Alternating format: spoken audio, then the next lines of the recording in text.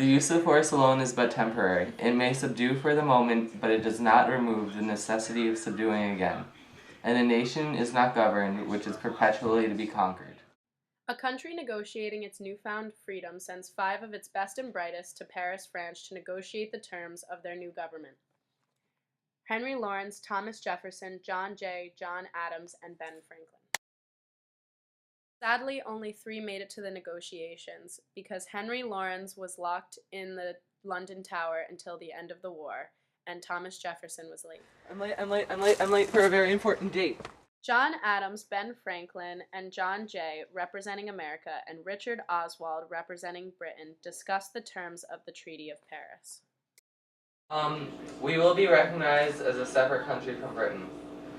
We will have rights to fish in the Great Banks. We will remove our military from forts on American territory.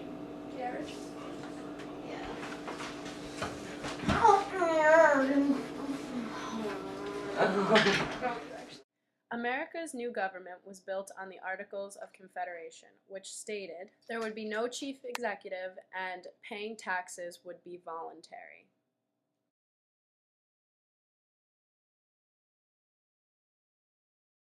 The country was on the verge of defaulting on loans. Merchants were being attacked by pirates, and there was no military or funds to protect them. The very core of the country was falling apart.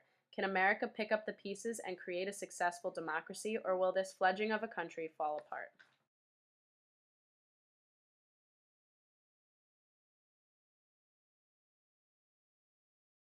As America was in obvious turmoil, delegates representing each state except Rhode Island gathered in Philadelphia in May of 1787 to revise the Articles of Confederation. Madison, committed to national reforms, showed a clear plan, the Virginia Plan, for a new national government, a new constitution.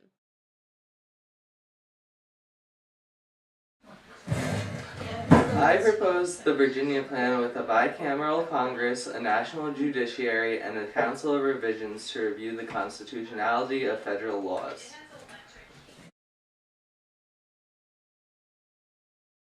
States, we believe in equal representation of each state, not proportional so the larger states maintain all control, and we disagree with your Virginia Plan. Heated debates would continue, tempers would flare, and it would seem that the conference was in a deadlock, unable to appease everybody involved. On July 12th, it was decided that representatives of the House of Representatives would be chosen based on total white population and 3/5 of the black population of each state. On July 16th, it was determined that each state will have equal representation in the Senate, each member chosen by the state legislature. To bring wisdom and stability to the new government, the delegates decided to create an electoral college of wise, experienced leaders to choose the president. The final agreement was a concession to the insistent southern states that the slavery trade would not formally end for another 20 years. In 1788, the Constitution was ratified after the majority of states voted in favor of it. George Washington was inaugurated in 1789. Go ahead. I just want to go back to my farm in Virginia.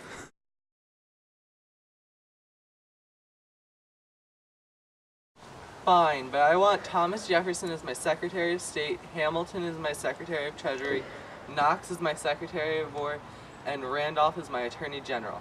All right, as Congress, we can allow that to happen because it is necessary and proper, and the Elastic Clause allows us to do so.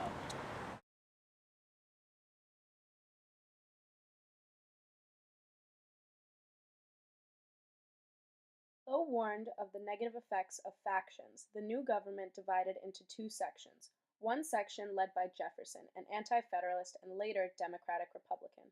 The other party was led by Washington, Adams, and Hamilton, the Federalist Party. Hamilton and the Federalist Party believed the government needed to be able to borrow money to pay off debts and enforce high tariffs so that the young manufacturing industry could flourish.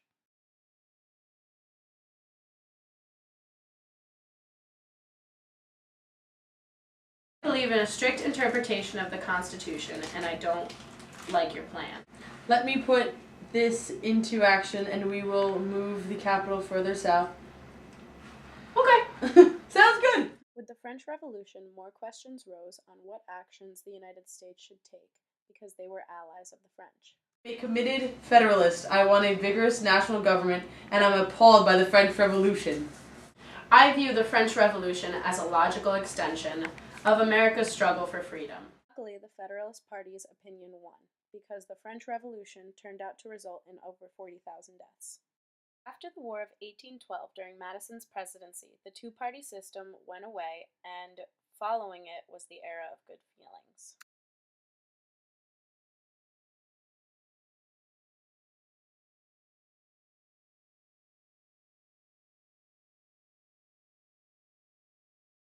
After the election of 1800, the Democratic Republicans gained control of the House of Representatives, the Senate, and the presidency. However, the election was in November and the inauguration didn't take place until April. In the meantime, I am going to appoint all my Federalist friends as judges now so we don't lose all power. These judges will be known as Midnight Judges. I am the new Secretary of State under Jefferson. Haha, Marbury. Looks like you're not going to be a judge. Let's take this to court! No, the Judiciary Act is unconstitutional. The judiciary branch cannot issue a writ of mandamus. This would be wrong. It would hurt the system of checks and balances, and we would be the most powerful branch. So Marbury is entitled, but we can't make the president give it to him? Wait, no, I guess this means I don't get my job. States can't tax the federal government, and Congress can create the Bank of the U.S., even though it isn't explicitly stated in the Constitution. This is allowed due to the Elastic Clause, which is in Article 1, Section 8, towards the end of it, which allows Congress to pass all laws that are deemed necessary and proper.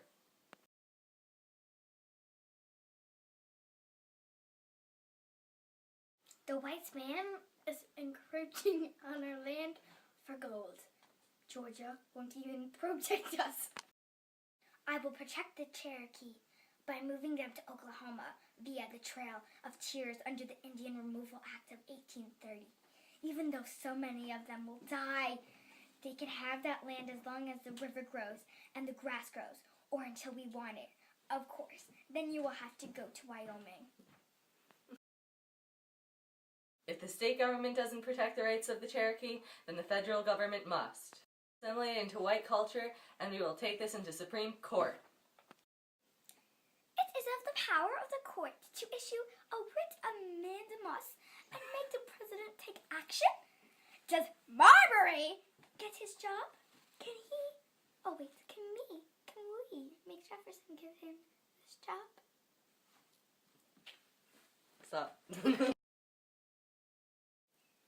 I was chosen as a judge, but never received my commission. In combat during the Revolution and had little education, but ended up being a great Supreme Court justice.